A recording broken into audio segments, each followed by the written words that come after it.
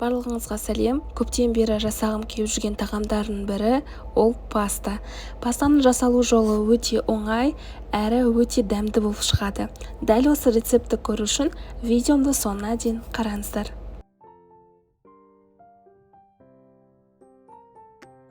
Ең алдымен паста жасау үшін бізге тауықтың төс еті қажет болады.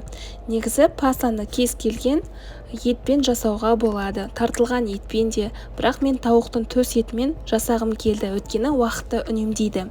Тауықтың төс етін ортасындағы кішкентай сүйекті алып алатын боламыз. Төрт бұрышты формада тауықтың төс етін кесіп алатын боламыз. Мен алдын ала тоңазытқыштан шығарып қойғам, сондықтан еріп менде жақсы кесіліп жатыр.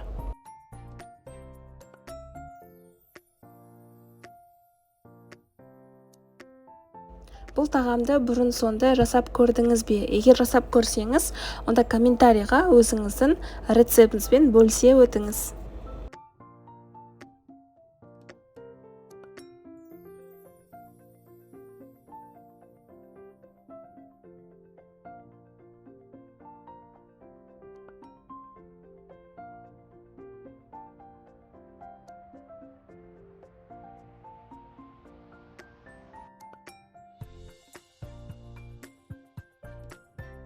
Енді турап алған тауықтың төс етін біз сары майда қуыратын боламыз. Алдын ала табамызды қыздырып аламыз. Қызып тұрған табанның үстіне сары майымызды салып, 1 минуттай сары майымыздың ерігенін күтеміз. Оның үстіне біздің тауықтың төс етін саламыз және жақсылап қуырамыз. Тауықтың төс етінің түсі өзгергенше.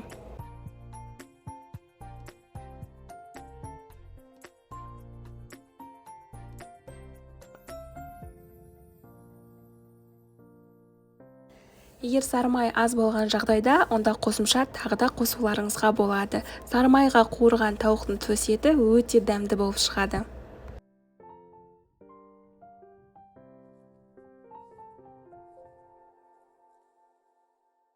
Енді дәміне қарай тұз қосамыз. Мен шамамен жарты ас қасықтай қостым. Дәміне қарай қара бұрыш қосамыз.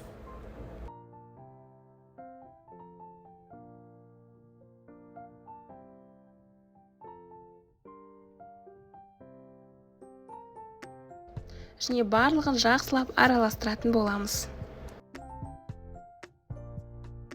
Енді 10-15 минуттай бетін жауып, жай отта пісіретін боламыз.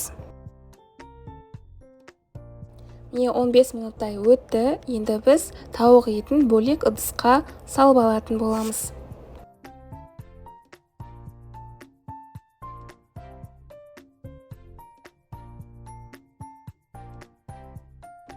Дәл осы табаға біздің алдын ала турап алған сарымсағымызды қосамыз.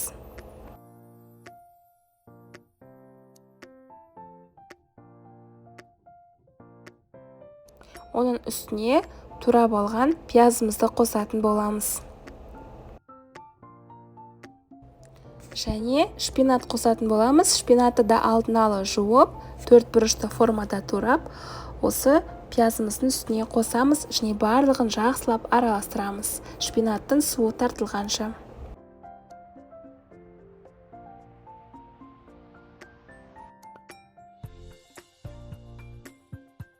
Енді сливке қосатын боламыз. Менде сливкидің майлылығы 20%. Негізі кез келген пайыздағы сливкиді қосуға болады.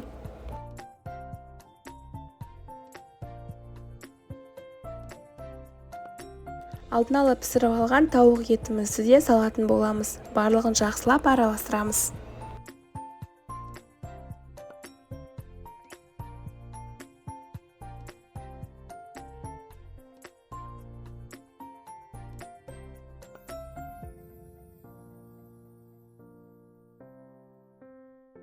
Осы жерде алдын ала біздің спагеттиларымызды ыстық суға салып, пісіріп алатын боламыз. Менде 4 минутта пісіп шықты.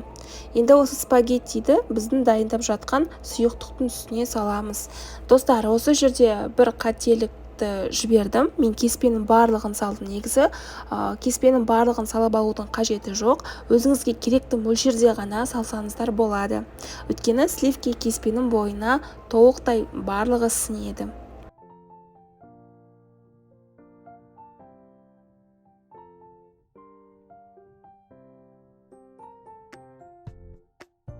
Осымен достар, біздің рецептіміз аяқталды, яғни паста дайын болды.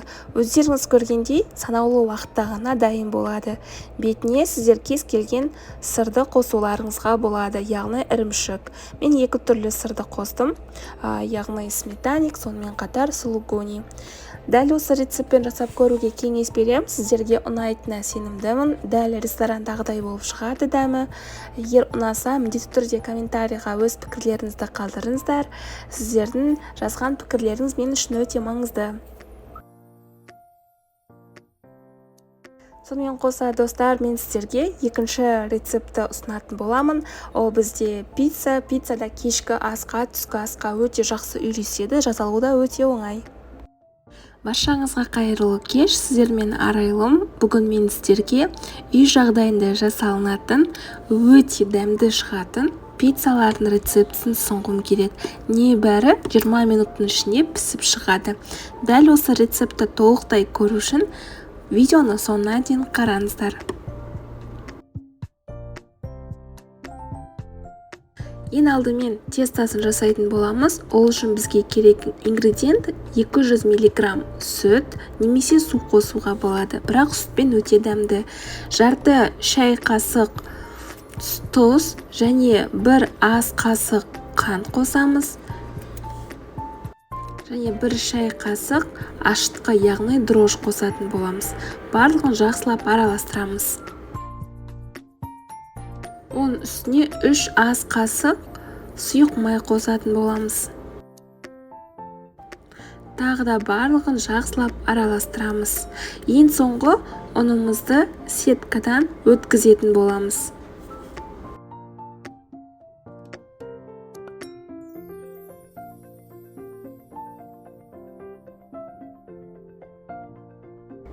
Ең алдымен қасықтың көмегімен араластырамыз. Одан кейін қолмен араластырып, қамыр илейтін боламыз. Илеген қамырымызды шамамен 40 немесе 90 минутқа бетін жауып, жылы жерге қойып қоямыз. Көтерілу керек. Енді салмасын жасайтын боламыз. Салмасын жасау үшін бізге керекті ингредиент ол помидор. Помидордың бізге пюресі қажет болады. Ол үшін осылай видеода көрсетілгендей кесіп, үстіне қайнаған ыстық су құямыз. Және сарымсақ қажет болады. Сарымсақ 1 бас қажет болады. Менде 3 басты қостым. Енді біздің помидорларымыздың сыртын қабықтарын, яғни ашатын боламыз. Осы блендердің көмегімен біздің помидорларымызды пюреге айналдырамыз. Қызып тұрған табаға кішкене мөлшерде сұйық май қойып, оның үстіне біздің турап алған сарымсақтарымызды қосамыз. Немесе арнайы құрылғының көмегімен өткізуге де болады сарымсақтарды майда қылып.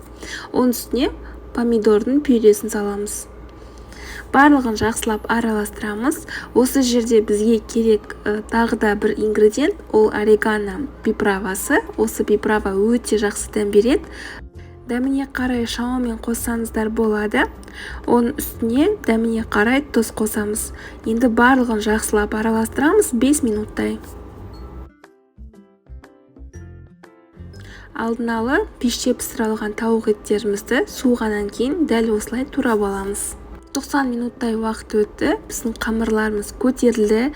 Көтерілген қамырларымызды қолымызға кішкене мөлшерде сұйық май қойып алатын боламыз. Бұл қамырды мен қазір 2-ге бөліп, 2 пицца жасайтын боламын.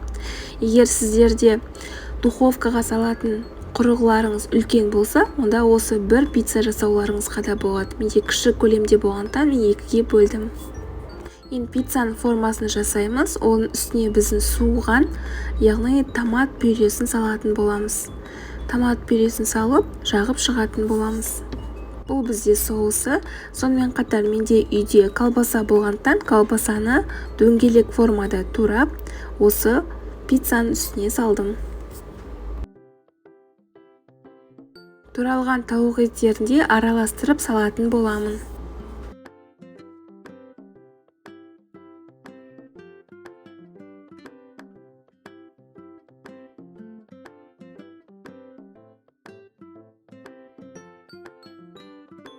Негізі моцарелла сыры өте жақсы келеді. Менде тек осы сыр болғандықтан мен осыларды дөңгелек формада қиып, осы пиццалардың үстіне салдым.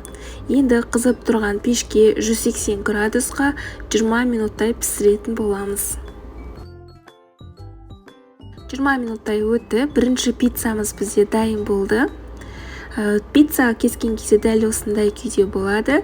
Тағы да жұқартуларыңызға болады, сонда жұп-жұқа әдемі пицца шығады. Менде бұл жерде колбаса және тауық еті аралас болды. Екінші пиццамда мен тек тауық етін ғана қостым, және бетіне сулугуни сырын септім, және мята шөбімен әсемдедім. Дәл осылай болып шықты. Кез келген пиццаны жасаған кезде, жасаған пиццаның тестасына байланысты пицца бізде дәмді не дәмсіз екені белгілі болады.